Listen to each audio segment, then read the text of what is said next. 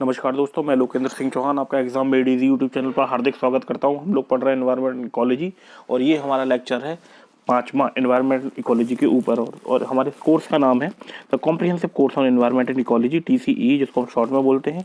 और this awesome course is prepared by me Lokendra Singh Chauhan. और सबसे पहले मैं आप लोगों से क्षमा चाहता हूं क्योंकि मैंने 2 दिन से लेक्चर नहीं डाला है। उसका कारण ये था कि मेरे लैपटॉप में इश्यूज़ चल रहे हैं। कल कुछ दिन पहले हार्ड डिस्क ख़राब हुई थी, कल मेरा चार्जिंग कॉर्ड है वो ख़राब हो गया। Because of that I couldn't prepare that PPT। कुछ उसमें मॉडिफिकेशंस करने थे क्योंकि मैं PPT को आप लोगों के अकॉर्डिंग ही मॉडिफाई करता हूँ सो दैट कि आप लोगों को ईजी हो समझने में। अब फ्रॉम स्मॉल सिटी तो वहाँ पे सारी चीज़ें अवेलेबल नहीं रहती हैं टाइम पर, तो for that I had to wait for couple of days. इस कारण मैं लेक्चर प्रिपेयर नहीं कर पाया। सो जैसा बोलते हैं बेटर लेट देन नेवर, तो मैं आपके लिए एक नई क्लास लेके आज हाजिर हूँ। ये हमारा जो लेक्चर है वो है लेक्चर 5। इसके पहले 4 वीडियोस आ चुके हैं। अगर आपने वो लेक्चर्स नहीं देखे तो exam made easy YouTube channel पर जाके आप एनवायरनमेंट इकोलॉजी का जो अलग से एक प्लेलिस्ट बनी हुई है, इस पर सारे जो लेक्चर्स हैं सो फार 4 लेक्चर्स, आप उसको देखिए, उसके नोट्स बनाइए और उसको प्रिपेयर कीजिए। और जहाँ आपको प्रॉब्लम हो वो सारी चीज़ें आप मुझे कमेंट करके बता सकते हैं, या फिर मैं नीचे अपनी ईमेल आईडी भी दे दूँगा, आप वहाँ पे मुझे मेल भी कर सकते हैं। This is the thing. Apart from that कुछ और कोर्सेज चल रहे हैं, पॉलिटी का कोर्स भी चल रहा है और भी अच्छे अच्छे कोर्सेज आ रहे हैं। तो आप मेक श्योर कीजिए कि आप environment exam made easy YouTube channel को सब्सक्राइब कर लें और बेल आइकन को प्रेस कर दें सो दैट आपको सारे नोटिफिकेशंस जब भी कोई नया लेक्चर अपलोड हो या जो भी वीडियो अपलोड होगा यूट्यूब चैनल पर, आपको टाइमली वो अपडेट्स मिलते रहें। तो दिस इज़ द थिंग। तो चलिए देखते हैं आज हम लोग क्या पढ़ेंगे। So since I have told you कि आई हैव टेकन 4 लेक्चर्स, तो मैंने इसमें कुछ बेसिक चीज़ें कंप्लीट करा दी हैं। This portion has been completed, energy flow has been completed, food chain, food web completed, ecological pyramids last class में पढ़ा था, पॉल्यूटेंट एट ट्रॉफिक लेवल ये भी हम लोग लास्ट क्लास में पढ़ा था। बायोटिक इंटरेक्शन मैंने बहुत बढ़िया लेक्चर लिया था। जिस बंधु को भी कन्फ्यूज़न है बायोटिक इंटरेक्शन, वैसे तो होगा नहीं, अगर कन्फ्यूजन है तो आप लोग मुझसे पूछ सकते हैं कमेंट करके। अब आज जो हम लोग पढ़ेंगे बायोजियोकेमिकल साइकिल और ecological succession. Since biogeochemical cycle में जो बायोजियोकेमिकल साइकिल होता है उसमें बहुत सारे साइकिल्स हैं, मतलब बहुत सारे हाइड्रोलॉजिकल साइकिल, वाटर साइकिल जिसको बोलते हैं, कार्बन साइकिल है, नाइट्रोजन साइकिल है। तो वैसे बहुत सारे टाइप्स हैं, लेकिन मैंने वही लिए हैं जो आपको समझने के लिए इंपॉर्टेंट है। अगर मैं कोई जो न्यूट्रिएंट साइकिल बायोजियोकेमिकल साइकिल हो इसमें कंप्लीट नहीं करता हूँ, अगर मैं छोड़ देता हूँ कि तो मैं जब वो कॉन्सेप्ट कहीं पे अगर उसकी चर्चा होगी while I was delivering another lecture और उसमें कहीं उसका रेफरेंस आएगा तो फिर वहाँ मैं आपको उसको एक्सप्लेन कर दूंगा। बट एज ऑफ नाउ मैंने 2 से 3 साइकिल्स को ही इसमें कवर किया, since we have to complete whole lot of syllabus and this particular subject is totally dynamics. तो हम लोगों को डायनामिक पोर्शन कंप्लीट भी करना है और वो भी 1 साल का। तो उसके पहले मुझे पूरा मेक श्योर करना है कि मैं आपके लिए पूरा जो स्टैटिक पोर्शन है दैट आई शुड कंप्लीट, है ना, जितना जल्दी से जल्दी हो सके। एट द सेम टाइम मुझे ये भी ध्यान रखना है कि वो चीज़ें समझ में आ रही हैं या नहीं आ रही हैं। तो ये सारी चीज़ों को मुझे ध्यान में रखते हुए मुझे इस लेक्चर को प्रिपेयर करना पड़ता है।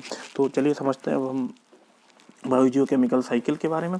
तो देखिए, ये जो मैंने राइटअप दिया है ये बुकिश डेफिनेशन है। अगर जिस बंधु को पढ़ना है वो पढ़ ले, जिस स्टूडेंट को लगता है कि उनको बुकिश डेफिनेशन चाहिए। तो सबसे पहले समझेंगे बायोजियोकेमिकल साइकिल होता क्या है। Since you guys can see that I have given the write up to prepare for you guys so that you guys can prepare notes and all, और इसको 1-2 लाइन में पढ़ के भी बता देता हूँ। Then I'll come in layman's language, जहाँ पे आपको समझ में आएगा, ठीक है। इसमें भी समझ में आएगा आपको, लेकिन वो एक होता है ना उस लैंग्वेज में जो नॉन टेक्निकल लैंग्वेज होती है, ठीक है। Those who are studying for the first time that subject called environment ecology, पर्यावरण एवं पारिस्थितिकी, उनके लिए मैं उनको एक ऐसे उसमें समझाऊंगा ताकि आपको समझ में आ जाए।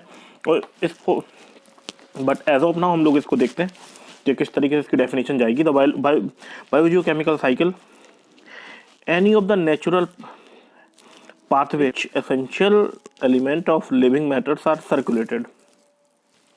मतलब जो लिविंग मैटर है, चीज़ें हैं, वो जो सर्कुलेशन में होती हैं उसको बोलते हैं बायोजियोकेमिकल साइकिल, ठीक है। Biological, geological and chemical aspect of each cycle, ठीक है। अब इन चीज़ों को भी बताऊंगा जिसमें 3 शब्द दिए हैं ना, बायोलॉजिकल, जियोलॉजिकल एंड केमिकल। देखो बता ही देता हूँ मैं।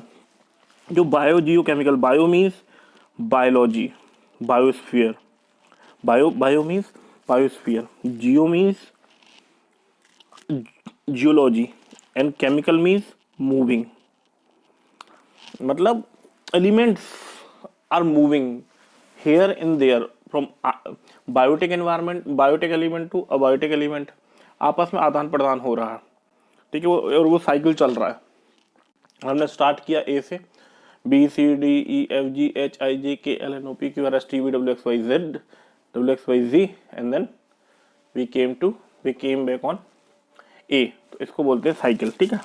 तो ये हो गई इसकी डेफिनेशन। अब क्या होता है कि जो कोई भी जो मैटर होता है एटमोसफियर, मतलब अर्थ में क्या मैटर है, मैटर किससे बना है, एटम से। एटम नीदर कैन डिस्ट्रॉय, है ना तो उनको क्रिएट कर सकते हैं, डिस्ट्रॉय कर सकते हैं, जब बस वो रिसाइकिल होते रहते हैं इधर से उधर, इधर से उधर, ठीक है। तो बस यही है कि जो एलिमेंट्स हैं उनका सर्कुलेशन फ्रॉम पॉइंट ए से बी, बी से सी, सी से D and then came back on A, इसको बोलते हैं साइकिल। कुल मिला के ये पूरी कहानी है, ठीक है। तो इसलिए मुझे लगता है, और इसलिए मैंने इस चीज़ को एक दो जो साइकिल है आपको बस समझ में आ जाए कॉन्सेप्ट क्या है, वो साइकिल्स को क्या मतलब किस तरीके से वो काम करते हैं। फिर आगे अगर हमको कहीं रेफरेंस पॉइंट लगेगा, जैसा मैंने पहले भी बोला, मैं then in there I will explain that very concept, है ना। तो देखो, कार्बन साइकिल हो गया, ऑक्सीजन साइकिल हो गया, नाइट्रोजन साइकिल हो गया, वाटर साइकिल हो गया। सबसे पहले हम वाटर साइकिल पढ़ लेंगे, ठीक है। वाटर साइकिल पढ़ने के बाद हम कार्बन या ऑक्सीजन साइकिल पढ़ लेंगे अगर जरूरी लगेगा, या नाइट्रोजन साइकिल जो है ये दी इम्पॉर्टेंट वन, ठीक है। फिर उसके बाद सेडिमेंट्री साइकिल में sulphur, phosphorus, rock cycle. Rock cycle मैं आपको बता दूंगा जब हम लोग ज्योग्राफी का, जब मैं लेक्चर लूंगा, I will teach you geography in that way. I will one side जो रॉक साइकिल है, रॉक साइकिल मैं आपको बता दूंगा जब मैं, अगर ज्योग्राफी का लेक्चर मैंने लिए, ज्योग्राफी का कोर्स में अगर आप लोग बोलेंगे कि ज्योग्राफी क्लासेस लो, एंड आगे चल के मैंने ज्योग्राफी क्लासेस ली, तो मैं ज्योग्राफी आपको ऐसे ही पढ़ाऊंगा कि आपको कंठस्थ हो जाएगी, ठीक है। तो ज्योग्राफी में आपको ये सारी जो चीज़ें छूट जाएंगी here and there I will complete, because in GS अगर आपने कोई चीज़ एनवायरनमेंट में छोड़ दी तो ज्योग्राफी में आप लोग पढ़ लो है।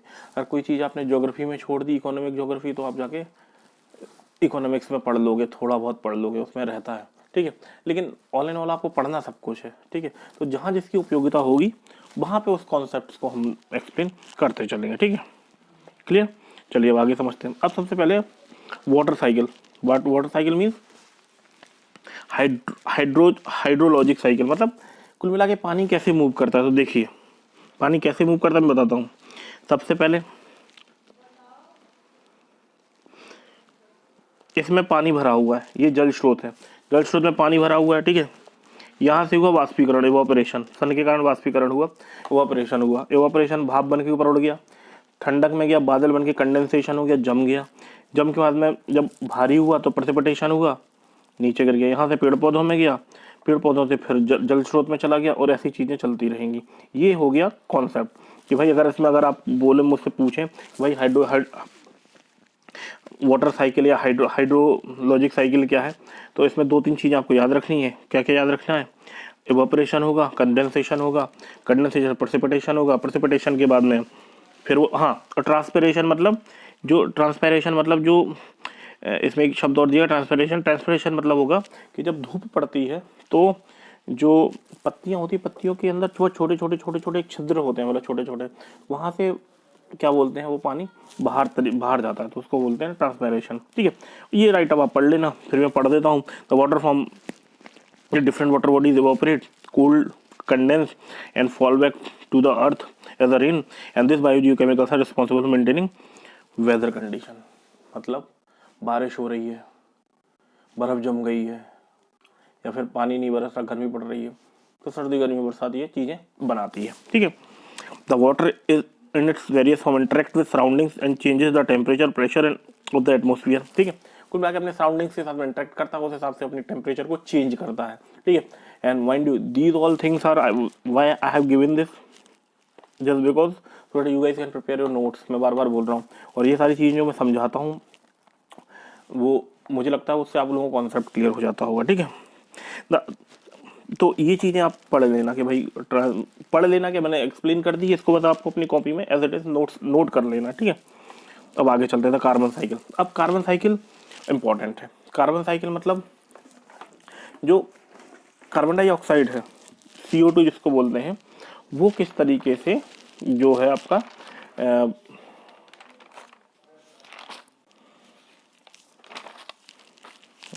हाँ, अब पढ़ते हैं कार्बन साइकिल। तो कार्बन साइकिल में क्या होता है, किस तरीके से कार्बन एटमॉस्फेयर में, ये देखो इसमें मैंने एक रंगीन चित्र दे रखा है, आपको इस चित्र को मैं एक्सप्लेन कर दूंगा, आपको बिल्कुल समझ में आ जाएगा।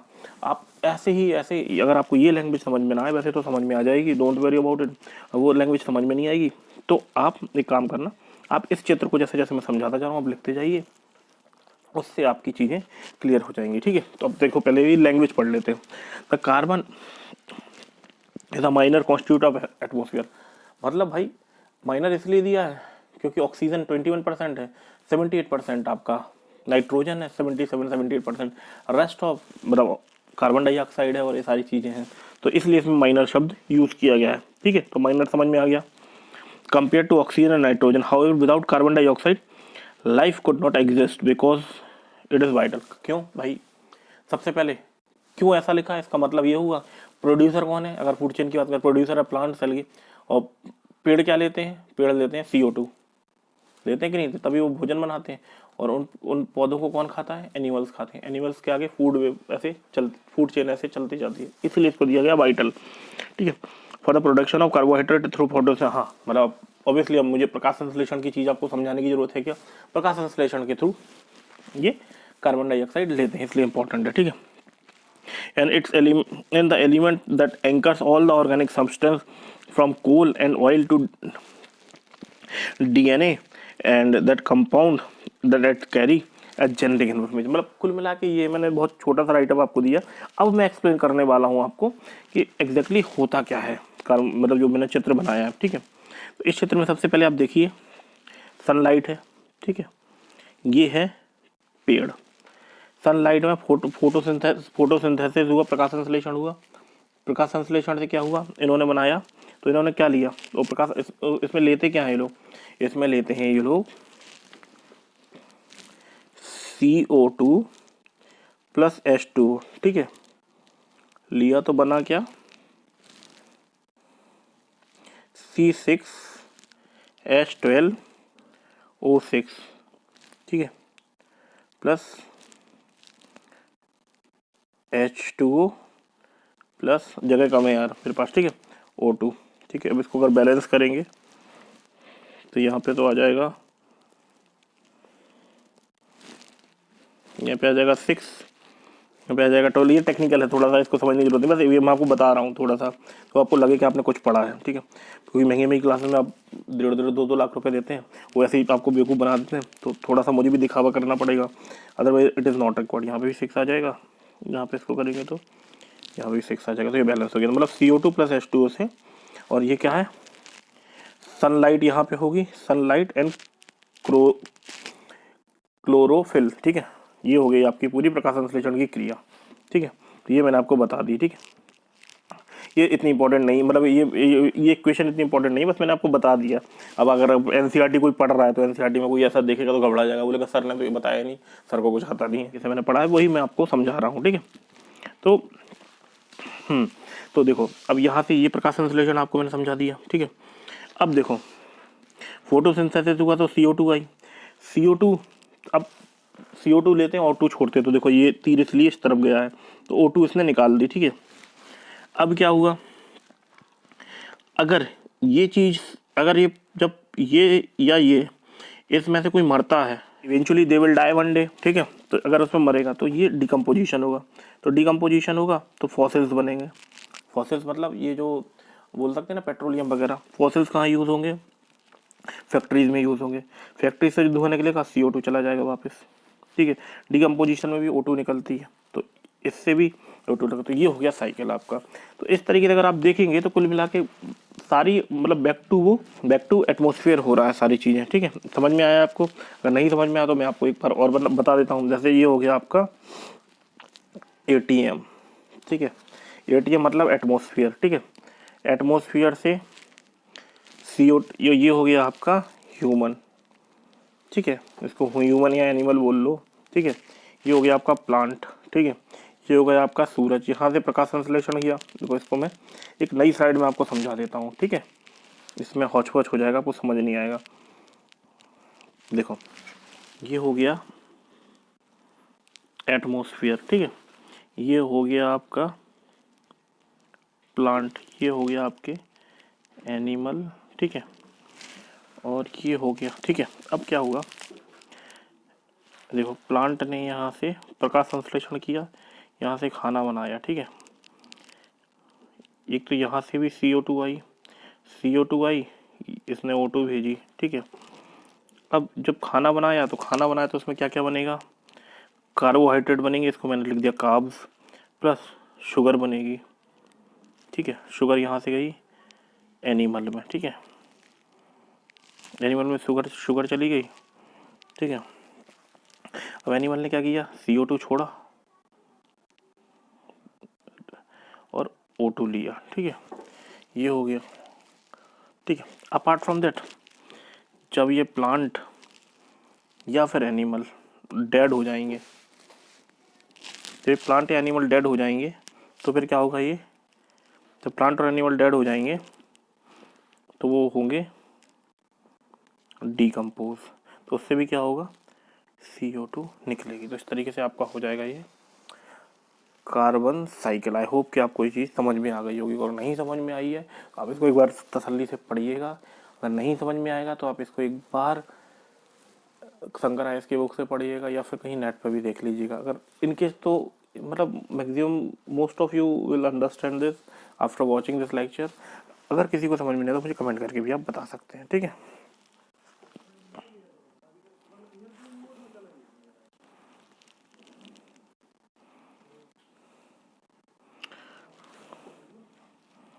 ठीक है, अब ये जो मैंने राइटअप दिया है आपको, यहाँ पे देखिए, ये सब वही है आपको समझाने के लिए, ठीक है। तो आप इसको एक बार पढ़ लीजिएगा, अब अननेसेसरली मैं पढ़ूंगा, टाइम बर्बाद होगा इसमें, ठीक है। तो जो मैंने ये वाला राइटअप दिया है ना, ये वाले राइटअप को आप पढ़ लीजिएगा, ठीक है। वैसे अब मैं दोबारा इसको पढ़ के दिखाऊंगा, अननेसेसरली टाइम वेस्ट होगा, तो इसको आप पढ़ लीजिएगा। नहीं, जहाँ नहीं समझ में मुझे कमेंट कर देना, ठीक है। वैसे जो मैंने आपको प्रोसेस समझाई आप उसको वैसे ही लिख देना कि कार्बन डाइऑक्साइड प्रकाश संश्लेषण होता है, वहाँ से क्या आता है, वो अपना प्रोड्यूस करता है, भोजन बनाता है, वहाँ से क्या होता है, वो एटमोसफियर भी वहीं पर, CO2 लेना, O2 छोड़ना, O2 बगल में प्लांट है, बगल में एनिमल है या फिर मनुष्य है, मनुष्य भी O2 लेंगे, CO2 छोड़ेंगे, डिकम्पोजिशन होगा, डिकम्पोजिशन से जो फॉसिल्स बनेंगे, फॉसिल्स कौन यूज़ करेगा, फैक्ट्रीज यूज़ करेंगी, फैक्ट्रीज यूज़ करेंगी, फैक्ट्री का जो धुआं है वो कहाँ जाएगा, एटमोसफियर में जाएगा, मतलब O2 बाहर निकलेगी, CO2 बाहर निकलेगी। अब और CO2 बाहर निकलेगी मतलब हीटिंग, मतलब ग्लोबल वार्मिंग, ठीक है, समझ में आ गया। चलिए अब देखते हैं nitrogen cycle. Nitrogen cycle is important one, ठीक है। इसमें मैंने बहुत सारा राइटअप दिया है कि आप आराम से इसको पढ़ सकते हैं, समझ और आराम से इसके नोट्स बना सकते हैं। लेकिन आपको मेनली फोकस क्या कहाँ करना है, मेनली फोकस आपको करना है इस पर जो मैंने आपको दिया है यहाँ पे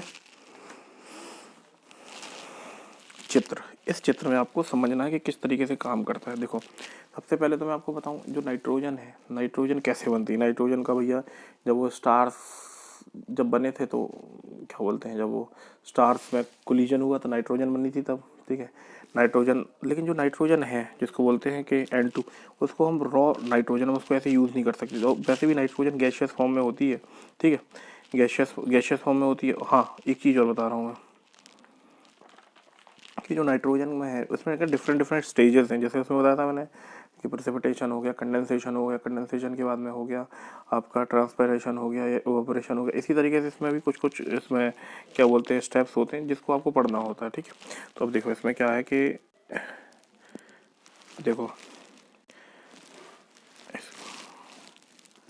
इसको मैं समझाता हूँ आपको।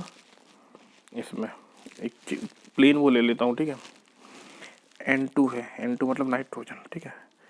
नाइट्रोजन का सबसे पहले क्या होगा, जो भी लेगुमिनस प्लांट होते हैं ना, जैसे चने का हो गया, दालों का पेड़, मतलब ये तुअर वगैरह का पेड़ हो गया, तो ये जो दाल है उनमें पाया जाता है, उसमें होता है सबसे पहले होता है नाइट्रोजन फिक्सेशन, ठीक है। इसमें मैंने दे रखा है आपको यहाँ पे, नाइट्रोजन फिक्सेशन। तो नाइट्रोजन फिक्सेशन सबसे पहले आप समझो, नाइट्रोजन फिक्सेशन मतलब क्या होता है कि जो नाइट्रोजन है, ठीक है,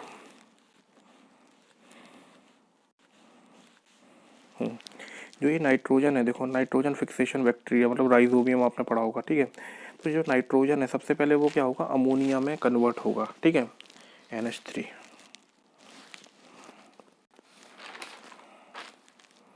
ठीक है। नाइट्रोजन जो भी वो नाइट्रोजन फिक्सेशन बैक्टीरिया के थ्रू वो होगा, नाइट्रोजन अमोनिया में कन्वर्ट होगा, ठीक है, अमोनिया में कन्वर्ट हो गया, इसको बोलते हैं नाइट्रोजन फिक्सेशन, ठीक है। उसके बाद में नाइट्रोजन फिक्सिंग सॉइल बैक्टीरिया है, ठीक है, नाइट्रोजन फिक्सेशन सॉइल बैक्टीरिया है, उसको NH3 हो गया, उसको बना देंगे NH4। उसके बाद होगा नाइट्रिफिकेशन, ठीक है। नाइट्रिफिकेशन में क्या होता है, नाइट्रिफिकेशन, ठीक है, नाइट्रिफिकेशन में क्या होता है,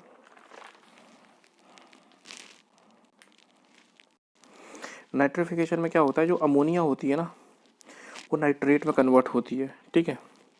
वो किस और जो सॉइल में जो बैक्टीरिया होते हैं ना उससे उस बैक्टीरिया के थ्रू वो नाइट्रेट में कन्वर्ट होती है, ठीक है। और तो देखो इसमें अब क्या है, यहाँ देखो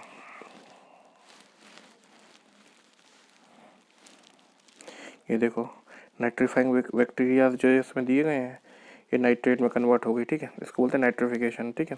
जब नाइट्रिफिकेशन और फिर आगे चल के क्या होगा, ये नाइट्रीफाइंग बैक्टीरिया इसको नाइट्रेट में कन्वर्ट कर देंगे, ठीक है, नाइट्राइट और नाइट्रेट में कन्वर्ट करेंगे। जब नाइट्रेट को ही जो ये है क्या बोलते हैं, जब प्लांट और जंतु इसको यूज करेंगे तो उसको बोलते हैं एसिमिलेशन, ठीक है, उसको एसिमिलेशन बोलते हैं। और उसको ये जंतु और उसको यूज़ कर लेंगे और फिर डीनाइट्रीफाइंग बैक्टीरिया के थ्रू ये जो नाइट्रेट्स है ये दोबारा एटमॉस्फेयर में चले जाएंगे। बस ये इतना सा कॉन्सेप्ट है।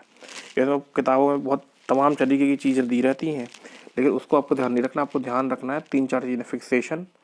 फिक्सेशन के बाद में आपको ध्यान रखना है, फिक्सेशन से वो जो N2 है वो अमोनिया में कन्वर्ट होगी, अमोनिया से कन्वर्ट होने के बाद में फिर वो नाइट्रिफिकेशन होगा। उसमें नाइट्रिफिकेशन में क्या होता है, नाइट्रिफिकेशन में नाइट्राइट और फिर नाइट्राइट के बाद में नाइट्रेट के बाद में फिर क्या होता है, वो जो नाइट्रेट है वो उसमें एसिमिलेशन होता है। एसिमिलेशन के बाद में फिर वो एसिमिलेशन प्रोसेस के थ्रू पेड़ और जंतु उसको यूज़ कर सकते हैं, ठीक है। और उसके बाद में डीनाइट्रिफिकेशन होने के बाद वो दोबारा उसमें चली जाती है। हाँ, अब देखो क्या होता है कि जैसे मान लो जंतु और जो पेड़ पौधे वो मरेंगे, डिकम्पोज होंगे विदाउट ऑक्सीजन, उनको एनारोबिक क्रिया होगी। एनारोबिक क्रिया क्या होती है, जिसमें ऑक्सीजन के बिना उनका डिकम्पोजिशन, उसको बोलते हैं एनारोबिक क्रिया। उससे क्या होगा, वो दोबारा उसमें अमोनिफिकेशन होगा। अमोनिफिकेशन से वो जो है, अमोनिफिकेशन के बाद में क्या होगा, अमोनिफिकेशन से दोबारा वो क्या बोलते हैं, उसमें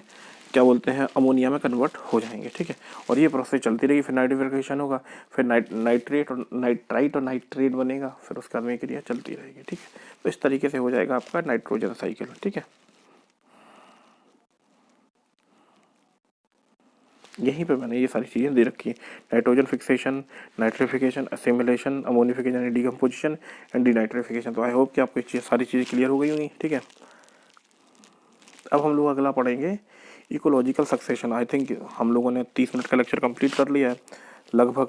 तो इकोलॉजिकल सक्सेशन अगली क्लास में पढ़ेंगे, लेकिन फिर मैं आपको एक डेफिनेशन दे देता हूँ कि भाई क्या होता है। देखो ये चित्र देखो, पहले यहाँ पे पत्थर थे, फिर छोटे छोटे इसमें पेड़ हुए, छोटे छोटे इसमें कुछ हरापन आया, ठीक है, काई वगैरह होगी, लाइसेंस से मौजूद हुए, फिर उसके बाद में उसमें बीट्स वगैरह हुई, फिर उसके बाद में थोड़े से और फूल पत्ते हुए, फिर छोटे पेड़ हुए, फिर बड़े पेड़ हुए। तो मतलब कुल मिला के किसी भी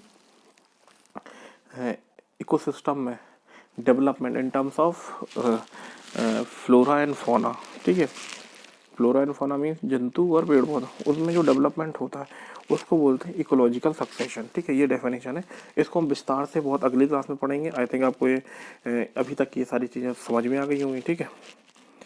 तो दोस्तों आज का लेक्चर यहीं तक था। आई होप कि आपको ये सारी चीज़ें समझ में आई होंगी।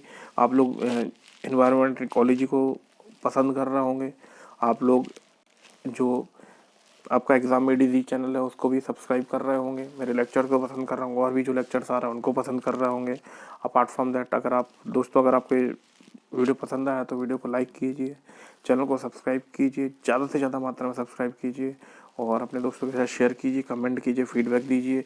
और कहीं पे भी आपको कोई दिक्कत है तो आप इसको कमेंट करके मुझे आराम से बता दीजिएगा। I will solve this problem. मैं आपको बताऊं कि इस समय मैं अपने घर पर नहीं हूँ, मैं किसी दूसरी जगह आया हुआ था क्योंकि कोई कार्यक्रम था, तो वहाँ पे मुझे आना पड़ा था। लेकिन अब वहाँ पे मैं अवॉइड नहीं कर सकता आना, लेकिन मैं वहाँ आने के साथ साथ वहाँ पे मैं अपना जो लैपटॉप है वो लेके आया था।